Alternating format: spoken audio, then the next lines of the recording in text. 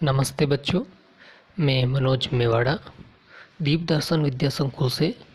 आज हम पढ़ेंगे हिंदी कक्षा 3 पाठ 1 पानी। तो हमारे पाठ का क्या नाम है? पानी। तो पानी के बारे में हम अध्ययन करेंगे। इससे पहले हम कुछ कठिन शब्द देख लेते हैं, शब्दार्थ देख लेते हैं।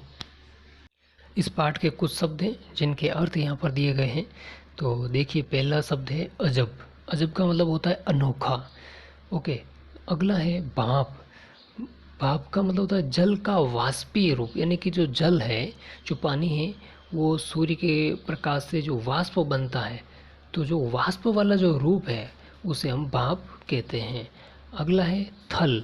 थल मतलब जल रहित भूमि, यानी कि ऐसी जमीन जिसके ऊपर जल नहीं हो, जिस पर जल नहीं हो, वो जल से रहित भूमि, यानी कि जल ऊपर नहीं हो, जल से खाली हो जो ज़मीन है उसे हम थल कहते हैं। अगला है मगर। मगर ये मगरमच्छ के लिए है। भूजल। भूजल का मतलब भूमि के अंदर का पानी, यानी कि जो ज़मीन है उसके नीचे जो पानी होता है ज़मीन के नीचे, उसे हम भूजल कहते हैं। जैसे आपने देखा होगा कि कुएं, बावड़ी, हैंडपंप जो होता है वो पानी ज़मीन के अंदर से आता है, तो उस जल को हम भूजल कहते हैं। अगला है सुनामी।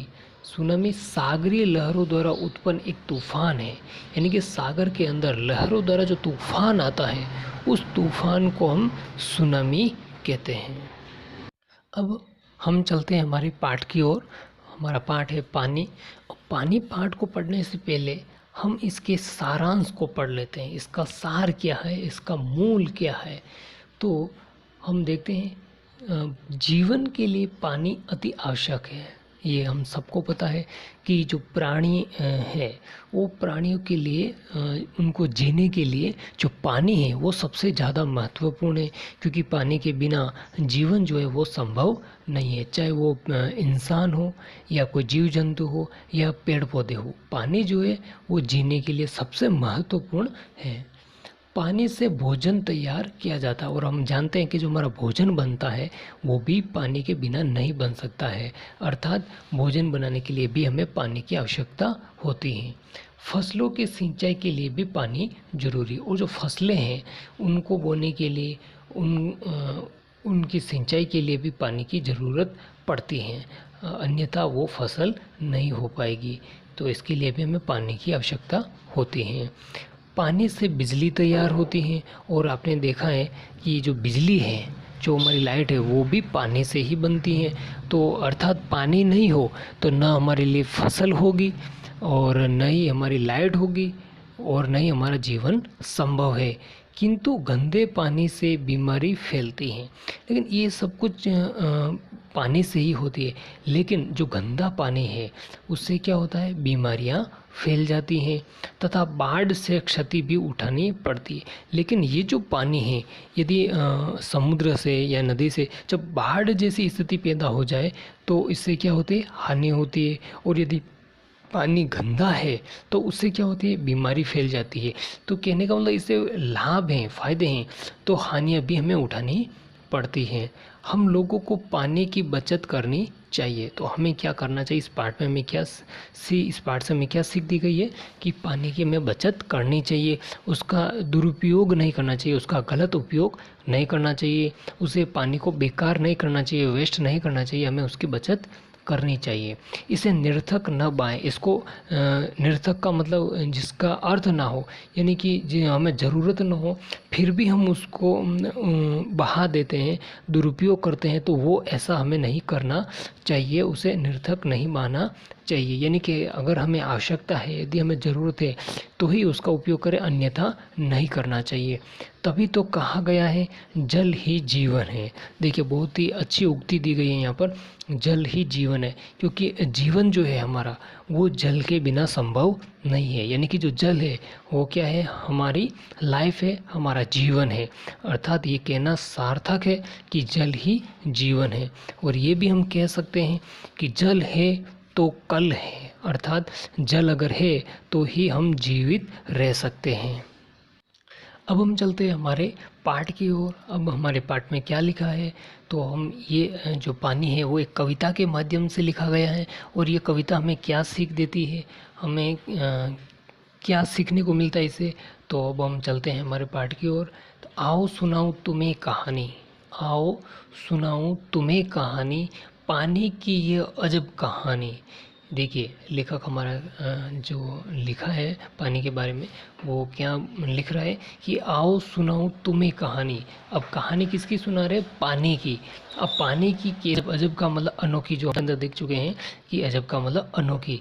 तो ये जो कहानी कैसी अजब है ये मैं आपको सुनाता हूँ। अगर नहीं होता ये पानी, अब वो कह रहे हैं कि मान लीजिए कि अगर ये पानी नहीं होता, अगर पानी नहीं होता, अगर नहीं होता ये पानी, अगर नहीं होता तो क्या होता, आगे देखो लिख रखा है, मगर मछली कैसे जी पाती। जो समुद्र के अंदर, जो नदियों के अंदर मगरमच्छ है, मछलियाँ है, वो कैसे जी पाती। अर्थात अगर पानी नहीं होता तो जो समुद्री जीव हैं या नदियों के अंदर रहने वाले जीव हैं, क्या वो जी पाते, अर्थात वो नहीं जी पाते, यानी कि पानी के बिना वो जिंदा नहीं रह पाते। कैसे तुम सब प्यास बुझाते, और जो जीव है, जलीय जीव है, वो तो नहीं रह पाते, वो तो है, लेकिन उसके साथ में हम लोग जो है, हमारी जो प्यास है वो कैसे हम बुझाते, अर्थात हमारी जो प्यास है वो भी हम नहीं बुझा पाते। क्यों, क्योंकि पानी नहीं है तो हम प्यास कैसे बुझाते। कैसे चावल रोटी खाते, और जो चावल रोटी जो हमारा भोजन है, जो हमारा खाना है, वो भी हम कैसे पकाते। अर्थात हम प्रारंभ में बता चुके हैं कि जो हमारी फसलें हैं, हमारी जो धान है, वो पानी के बिना नहीं हो पाती है। तो जब पानी नहीं है तो हम हमारा भोजन कैसे बनाएंगे, हमारा भोजन कैसे पकाएंगे। अर्थात हमारा जो जीवन है वो पूरा का पूरा पानी के ऊपर निर्भर है। तो ये लेखक बता रहा है कि अगर पानी नहीं होता तो समुद्री जीव नहीं जी पाते, हम हमारी प्यास नहीं बुझा पाते, और हम हमारा भोजन चावल रोटी मतलब ये नहीं पका पाते, और पका नहीं पाते तो हम कैसे खाते। अब देखिए यहाँ पर पानी की विशेषता बता रखी है। देखो लेखक ने लिखा है, जिस बर्तन में रख लो इसको वैसा ही बन जाता है। देखिए इस पानी को जिस किसी बर्तन में आप डालते हो उसका आकार जो है वो वैसा ही बन जाता है। जैसे आपने ग्लास के अंदर पानी लिया तो उसका आकार कैसा हो जाता है, ग्लास जैसा हो जाता है, वो ग्लास के अंदर समा जाता है। लेकिन अगर इस पानी को आप मटके के अंदर डालते हो, तो जो मिट्टी का मटका होता है जिससे हम पानी लेते हैं, तो उसके अंदर डालो तो वो उसके आकार का बन जाता है। और यदि जो पानी का लोटा होता है, उस लोटे के अंदर अगर आप पानी डालो तो उसका आकार कैसा हो जाता है, उस लोटे जैसा हो जाता है। और यदि आप पतीली के अंदर डालोगे पानी तो पतीली जैसा आकार हो जाएगा। अर्थात ये जो पानी है इसका मतलब नेचर कैसा है, इसकी प्रकृति कैसी है कि आप जिस बर्तन में डालो उसका आकार वैसा ही बन जाता है। तो देखिए लेखक ने क्या बताया, जिस बर्तन में रख लो इसको वैसा ही बन जाता है। जिस जो बर्तन है, जो बर्तन का आकार है उस आकार में वो पानी डाल देता है अपने आप को। तो जिस बर्तन में डालो या रख लो इसको वैसा ही बन जाता पानी। पानी को जिस बर्तन में रखो वो वैसा ही बन जाता है।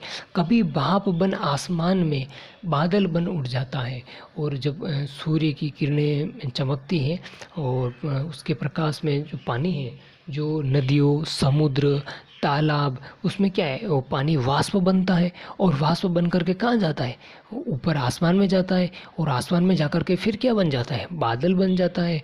तो अब ये लेखक बता रहा है कि कभी भाप बन आसमान में, वो कभी पानी जो क्या है भाप बन करके आसमान में चला जाता है, फिर बादल बन करके भाप बन करके उड़ जाता है और आसमान में बादल बन जाता है। तो कभी भाप बन आसमान में बादल बन उड़ जाता पानी, तो पानी आसमान में चला जाता है उड़ करके भाप बन करके, और बादल बन जाता है। यह धरती के अंदर जाकर भूजल से मिल जाता है। या फिर वो क्या करता है, जब बारिश होती है, पानी इकट्ठा होता है, नदी नालों, तालाब, समुद्र, झीलें, तो इनका पानी क्या है धीरे धीरे ज़मीन के अंदर चला जाता है, धरती के अंदर चला जाता है। तो पानी कभी तो बादल बन करके ऊपर उड़ जाता है, तो कभी धरती के अंदर चला जाता है। और कहाँ जाता है? भूजल से मिल जाता, जो ज़मीन के अंदर पानी है तो उस पानी से ये मिल जाता है। अर्थात कभी तो ज़मीन में चला जाता है, तो कभी उड़ करके आसमान में चला जाता है। तो कभी तो ये जिस बर्तन में इस पानी को रखो, इसका आकार वैसा बन जाता है। तो ये सब धरती की पानी की क्या है, विशेषता बताई गई है। अब देखिए, पानी की विशेषता के बारे में आगे फिर बताया है लेखक ने, नाव जहाज़ों को तैरा कर।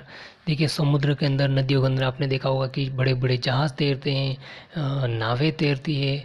तो नाव जहाज़ों को तैरा कर सागर पार कराता पानी। जो सागर जो है, जो समुद्र है, उसको क्या करवाता है? हमें पार करवा देते हैं। देखिए यहाँ पर चित्र में आपको एक बोट दिख रही है, नाव दिख रही है। तो नाव जहाज़ों को तैरा कर, ये जो सागर है, जो नदी है, जो समुद्र है, उसमें क्या है, हमारे नाव, हमारे जहाज़ चलते हैं और वो हमें तैरा करके हमें सागर के उस पार ले जाता है। कौन ले जाता है? पानी ले जाता है। तो नाव जहाज़ों को तैरा कर सागर पार कराता पानी, ऊंचाई से अगर गिरा दो तब बिजली बन जाता पानी। और जब ऊंचाई से, आपने देखा होगा कि बड़े बड़े झरने हैं, तो झरने से पानी गिरता है तो उस जगह पर वो बिजली का उत्पादन किया जाता है। तो जब समुद्र के अंदर या सागर के अंदर इकट्ठा होता है तब तो हमें पार करवा देता है पानी, और जब ऊपर से गिरता है तो बिजली बन जाता है, अर्थात हमें बिजली मिल जाती है। अगर गंदगी इसमें मिल जाए, और अगर गंदगी इसके अंदर मिल जाए, इसमें ये पानी गंदा हो जाए, बीमारी फैलाता है यह पानी, और इसके अंदर गंदगी फैल जाने से बीमारी फैला देता है हम प्राणियों को, हम इंसानों को, जीवों को। फिर जीना मुश्किल हो जाता है। क्यों? क्योंकि गंदगी फैलने से पानी गंदा हो जाता है, और पानी हमें पीना है तो उस गंदे पानी को पीने से हम बीमार हो जाते हैं। तो हमें क्या करना चाहिए? पानी में गंदगी नहीं मिलाना चाहिए, और अगर मिल रहा है तो उसे हमें रोकना चाहिए, अर्थात हमें पानी को गंदा नहीं होने देना चाहिए। अब आगे देखिए, नदी झरनों को साथ मिलाता सागर से जुड़ जाता पानी। अब देखिए, जो नदी है वो झरनों को साथ मिलाता है, एक झरना, दो झरना, नदियाँ आपस में जुड़ते हैं। ओके, तो नदी झरनों को साथ मिलाता, आपने देखा होगा कि कई नदियाँ आपस में मिल जाती हैं आगे जा कर के, फिर वो पानी धीरे धीरे कहाँ, सागर के अंदर मिल जाता है। तो यहाँ पर वही बता रहा है लेखक, नदी झरनों को साथ मिलाता सागर से जुड़ जाता पानी, यानी कि वो नदी नाले सब जो भी पानी है वो आगे जा कर के मिल जाते हैं, और जा कर के आगे सागर में मिल जाता है। तो ये सारे के सारे जुड़ करके आपस में सागर में पहुंच जाता है। अगर कभी जब गुस्सा आए, अगर इसको कभी गुस्सा आ जाता है, सुनामी भी लाता पानी। जब इनको गुस्सा आ जाता है, ये नाराज़ हो जाता है हमारे पर, तो ये क्या करता है? सुनामी लेके आता है। आपने सुना होगा सुनामी का नाम, सुनामी के नाम से ही कंपन सा हो जाता है, क्योंकि आपने देखा होगा कि सुनामी से कई जन माल की हानि होती है। और कई बार ये सुनामी आई है, जो समुद्री किनारे जो शहर है, तो वहाँ पर आपने देखा होगा इसका कहर। तो इससे कई लोग मारे जाते हैं, कई जन धन की हानि होती है, कितना ही नुकसान हमें उठाना पड़ता है। तो इसको जब गुस्सा आ जाता है पानी का, तो ये सुनामी लेके आती है, और सुनामी लेके आती है तो लाखों अरबों रुपए का हमें नुकसान कर जाती है। कई बिल्डिंगें गिर जाती हैं, कई लोग मर जाते हैं, और धन की भी काफ़ी हानि होती है। तो इससे हमें जन धन का काफ़ी नुकसान होता है। कब होता है? जब सुनामी आ जाती है। तो पानी को जब गुस्सा आता है तो गुस्सा अपना दिखाता है, और गुस्सा किस रूप में दिखाता है? सुनामी के रूप में, जो हमें काफ़ी नुकसान उठाना पड़ता है। जल में, थल में, सब में पानी। देखिए, जल में पानी है ये, और थल में जहाँ पानी नहीं है, ऐसी ज़मीन, तो वहाँ पर भी ज़मीन के नीचे, जिसे हम भूजल कहते हैं, आपको पता ही है कि हम पहले ही शब्दार्थ के अंदर देख चुके हैं भूजल, तो वहाँ भी पानी है। सब में पानी, यानी कि सब जगह पानी है। हम सबका जीवन है पानी, और जो हमारा जीवन है वो क्या है? पानी है, क्योंकि पानी के बिना हमारा जीवन संभव नहीं, जो कि हम पहले बता चुके हैं कि जो जल है वही हमारा जीवन है। जो पहले ही हम एक उक्ति पढ़ी थी इसी पाठ के अंदर कि जल ही जीवन है, और जो जल है उसके बिना जीवन संभव ही नहीं है। यानी कि हम इंसानों के लिए ही नहीं, जितने भी जीव हैं इस दुनिया के अंदर, उन सब के लिए पानी अति आवश्यक है। चाहे फिर वो इंसान हो, चाहे वो जीव पशु पक्षी हो, चाहे पेड़ पौधे हो, इन सब के लिए पानी अति आवश्यक है। तो इस पाठ में हमें पानी के महत्व को बताया गया है, और उस पानी का उपयोग कैसे करना चाहिए वो मैं बताया कि हमें दुरुपयोग नहीं करना चाहिए, इसमें गंदगी नहीं फैलाना चाहिए, क्योंकि गंदगी फैलने से क्या होता है, हम लोगों को ही बीमारियां होती है। तो हमें क्या सीख मिली? सबसे पहले पानी के महत्व को समझना, दूसरे इसके महत्व को समझ करके इसका दुरुपयोग नहीं करना, जितना में उपयोग में चाहिए उतना ही करना, और इसमें गंदगी नहीं फैलाना, ये हमें सीख मिली है। तो यह पाठ इस सीख के साथ यहीं पर समाप्त होता है। तो आपने इस पाठ से जो सीख ली है, पढ़ा ध्यानपूर्वक, उसके लिए आपको धन्यवाद।